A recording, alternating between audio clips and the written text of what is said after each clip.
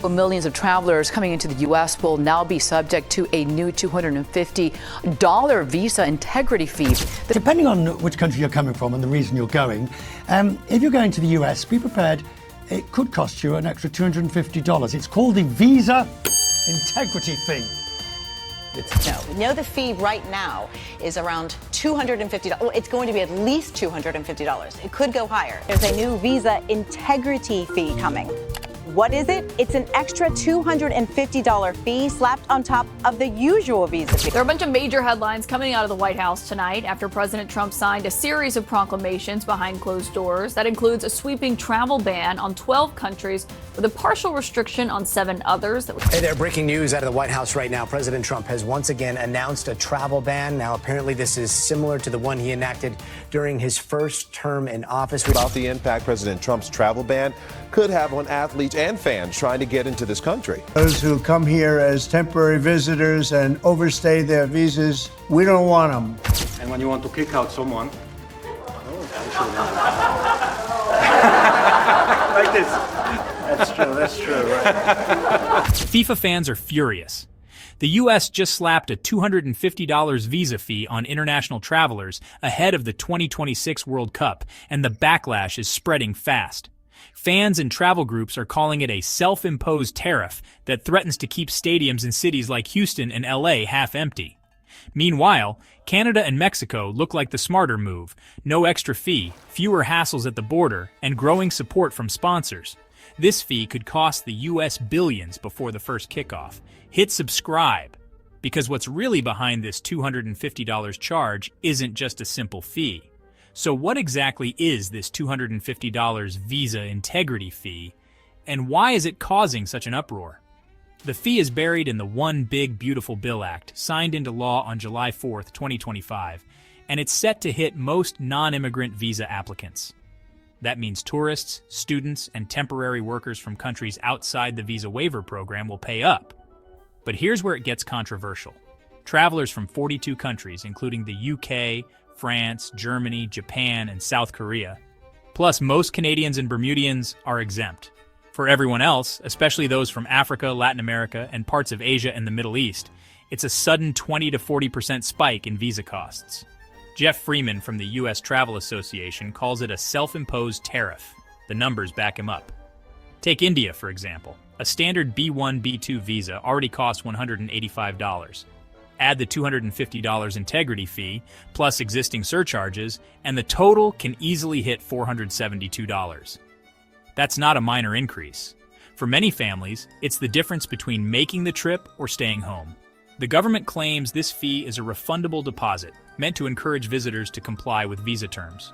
But Stephen Brown, an immigration lawyer, points out that refunds are unusual for U.S. visa structures and will likely be hard to claim.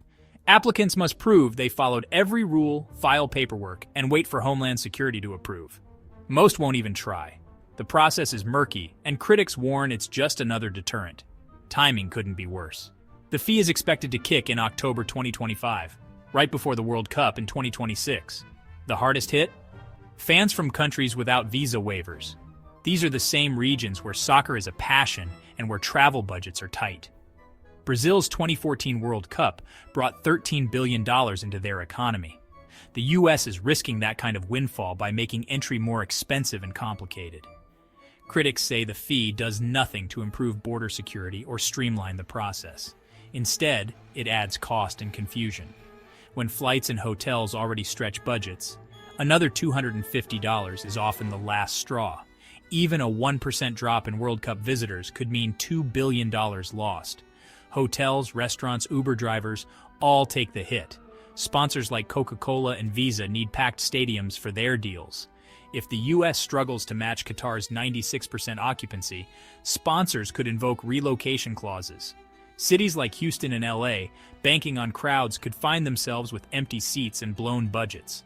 Canada's Welcome All campaign is everywhere, making their open-door policy clear. No $250 fee, no extra paperwork. Their stadiums meet FIFA's standards, and customs won't slow fans down. Mexico is in on it too. Easier visas, cheaper flights. While the U.S. puts up barriers, its neighbors are making travel simple. All of this sets the stage for a financial hit that's hard to ignore. the numbers tell a grim story for U.S. tourism. The U.S. Travel Association predicts $12.5 billion in lost revenue for 2025, while Forbes thinks it could hit $25 billion. That's money hotels, restaurants, and airlines won't see. What makes this worse? The U.S. stands alone among 184 countries projected to lose visitor spending next year, according to the World Travel and Tourism Council. Even a small attendance drop spells disaster. A mere 1% decrease in World Cup visitors means $2 billion vanishes. Brazil's 2014 tournament pumped $13 billion into their economy, money the U.S. now risks throwing away. The tournament should be an economic jackpot, but this visa fee could turn it into a financial black hole. Sponsors are getting nervous. Coca-Cola, Visa, and other major brands pay premium dollar for packed stadiums. Empty seats mean failed advertising campaigns and broken contracts. Cities like Houston and Los Angeles bet big on full stadiums. Their budgets assumed massive crowds. Canada's approach to the 2026 World Cup is the opposite of what's happening in the U.S. Canada welcomes passport holders from over 40 countries visa-free. For fans from key soccer nations like Brazil and Argentina, entry is as simple as showing a passport at the border. No extra charges. No drawn-out waiting periods. The difference in travel experience is clear. Canadian cities are making real investments to handle the crowds. Toronto's BMO Field is adding thousands of seats to meet FIFA's requirements. Vancouver's BC Place is ready for any weather, and the government has put $624 million into stadium and transit upgrades across host cities. The infrastructure is there. Fans get in quickly, and matches go forward without logistical drama. Travel experts warn that the new U.S. visa fee acts like a self-imposed tariff and could sap visitation momentum, according to the U.S. Travel Association. While the U.S. adds hurdles, Canada's policies are designed to keep the process smooth. Canadian border agents have a track record of managing major events without long delays. The result? Fans and sponsors notice. Companies like Budweiser and Adidas want full stadiums and predictable environments for their campaigns. Jeff Freeman of the U.S. Travel Association says these kinds of fees threaten not just tourism, but the sponsorship value that cities rely on. Vancouver is already seeing the effect. Originally set for 7 matches, analysts now say the city could triple its economic impact if fans avoid the U.S. and head north. Hotels around BC Place report a 185% spike in pre-bookings compared to normal summers. The city expects $2.3 billion in direct spending, numbers that would have been out of reach a year ago. Visa data backs this up. Applications for Canadian visitor visas from World Cup nations are up 63% year over year. The U.S. is down 18% in the same period. Canadian officials have even promised to fast-track visas for FIFA ticket holders who get stuck in U.S. processing delays. Mexico is making similar moves, offering easier visa processes and adding new international flight routes to capture frustrated fans. FIFA is watching all of this closely. Their contracts with host nations have strict requirements about access for fans, players, and officials. If one country's policies make it too hard for people to attend, FIFA has the power to move matches elsewhere. That's not just a theoretical threat. The conversation about shifting games is already happening behind the scenes. FIFA's host agreements allow venue shifts if attendance targets aren't met. That's not just a technicality, it's a direct threat to U.S. host cities. With U.S. visa processing times dragging on for months and in some cases over a year, this clause is now front and center for organizers. The risk is clear. If stadiums don't fill, FIFA can pull matches and move them to countries with fewer barriers. Empty seats aren't just embarrassing, they trigger automatic penalties under FIFA's commercial deals. Qatar hit 96% stadium occupancy in 2022, and sponsors expect nothing less. When stadiums look half empty on international broadcasts, those advertising contracts start to unravel. The math is simple. If fans can't get in, sponsors and broadcasters lose value, and FIFA has every reason to shift games to Canada or Mexico. Mexico could capture up to $800 million by hosting surplus matches, based on typical per-game tourism estimates. Their infrastructure is ready, and their visa policies are less restrictive. This isn't just theory. Guadalajara's governor has already volunteered to take on more games, pointing to their readiness and lack of visa hurdles. U.S. organizers remember what happened to Brazil, which lost Copa America hosting rights after stadium delays and access problems. Argentina stepped in because their visa rules didn't block fans. FIFA's track record shows they'll move quickly if the US can't guarantee access. Some African applicants face waits of 300-400 days, imperiling the 18% of global viewership they represent. These aren't small numbers. When fans from Nigeria or Algeria can't get visas in time, the audience shrinks, and sponsors targeting those markets take notice. FIFA's human rights policy puts legal pressure on hosts too. Article 6 requires unimpeded access for everyone involved. The U.S. Travel Association warns that current visa delays could violate this rule, giving FIFA even more leverage to move matches if things don't improve. Broadcasters are watching closely. Fox Sports paid $1.1 billion for the rights, expecting the energy of packed stadiums. If attendance drops, those TV deals could be renegotiated, just like what happened in Germany in 2006, when low turnout led to $280 million in adjusted payments. The stakes are high for every city involved. The U.S. exemption system doesn't help. While Canadians and Visa Waiver Program travelers skip the $250 fee, fans from countries like Colombia and Morocco get no break. These are some of the most passionate supporters, and now they're facing higher costs and longer waits. Security is another issue. FIFA cites the high rate of secondary inspections at U.S. borders as a risk. Lengthy interrogations at customs could strand ticket holders when matches are about to start. That's not the experience FIFA wants. Sponsors are already hedging their bets. Anheuser-Busch and Visa have updated their contracts, making it easier to pull out or shift spending if matches are relocated. FIFA's deadline for confirming streamlined entry procedures has already slipped for U.S. cities, while Canada and Mexico met theirs. Every missed deadline gives FIFA more ground to move games. For U.S. host cities, the economic fallout could be massive. Dallas projected $620 million from 9 matches. Lose just 2, and over $130 million disappears. New York and New Jersey are in the same boat. Multiply that across every host city, and billions are suddenly at risk. This is what's at stake if the U.S. doesn't fix its visa and entry problems.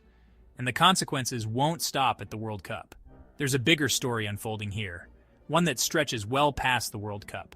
The so-called visa integrity fee, combined with other rising entry costs, is reshaping how the world sees the U.S. as a host for global events. The World Travel and Tourism Council notes the U.S. is the only major economy forecast to lose visitor spend in 2025, an estimated $12.5 billion shortfall.